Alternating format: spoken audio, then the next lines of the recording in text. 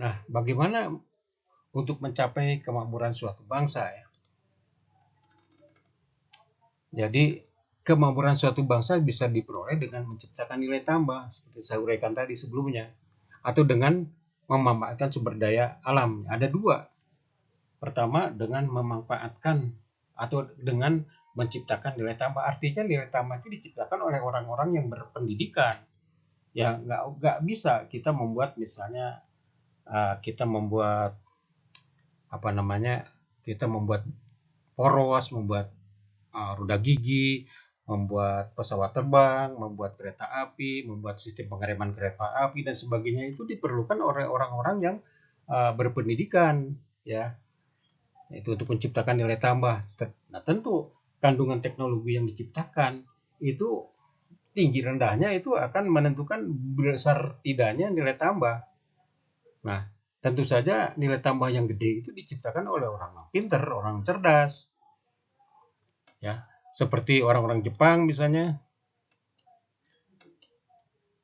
uh, Korea dan sebagainya, Cina dan lain-lain itu mereka karena orang Jepang tidak punya sumber daya alamnya untuk membuat mobil, tidak punya dia biji besi di tanah airnya, tapi dia bisa bikin mobil, bisa bikin pesawat, bisa bikin kapal laut dan yang terbuat dari baja semuanya.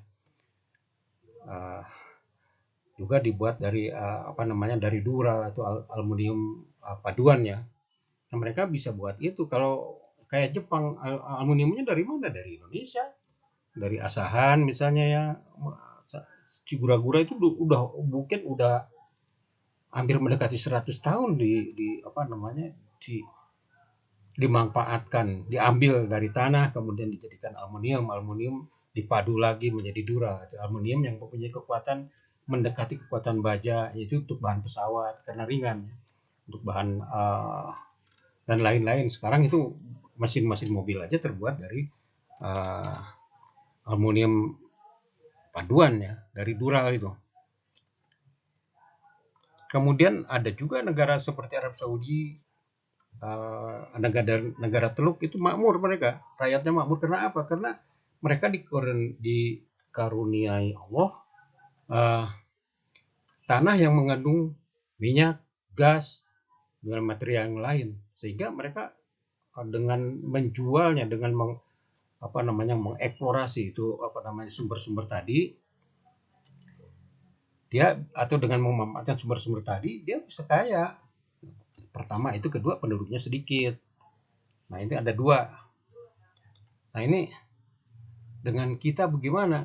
Indonesia ini dikaruniai sumber daya alam yang sangat melimpah, baik dari jenisnya, kemudian dari variasi jenisnya, kemudian dari deposit atau apa namanya simpanan yang tersimpan di dalam perut bumi itu sangat banyak ya. Dulu kita masih punya minyak, punya gas, ya, punya apa namanya material lain misalnya biji besi, bisa biji nikel, bisa biji aluminium yang mengandung aluminium ya, bisa timah, kemudian apa namanya batu bara dan sebagainya itu bahan batam dari tanah. Di luar tanah apa kita bisa punya hutan yang sangat ini apa namanya yang sangat luas ya dan sangat subur. Itu ada berjenis-jenis pohon kayu yang bisa digunakan untuk bangunan, untuk mebel dan sebagainya. Kemudian dari lautan yang luas juga kita beragam jenis ikan ada di situ ya. Jadi, nah kita nanti akan cerita mengenai apa namanya industri, mengenai macam-macam industri, jenis industri ya.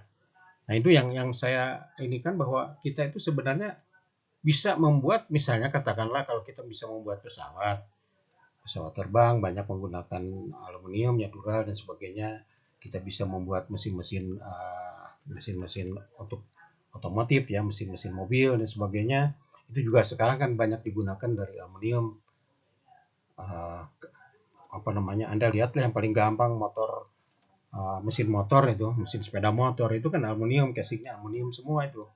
Ya kalau untuk bagian silinder itu ada bushingnya yang dari baja. yang bergesekan dengan ring pistonnya yang bergesekannya. Tetapi bushing itu kemudian di apa namanya uh, itu bukan sambung tetap, artinya ada bushingnya. Bushing itu dimasukin ke apa namanya ke rumahnya yang aluminium tadi. Nah ini dari mana kita apa namanya, andai kita mulai dari biji aluminium kemudian jadi motor, ya itu nilai tambahnya tentu saja besar.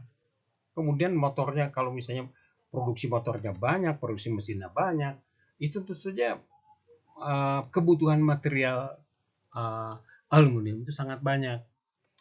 Nah ini yang harus sebetulnya dari hulu sampai akhir itu, hilirisasi produk itulah maksudnya harus kita yang punya di Indonesia.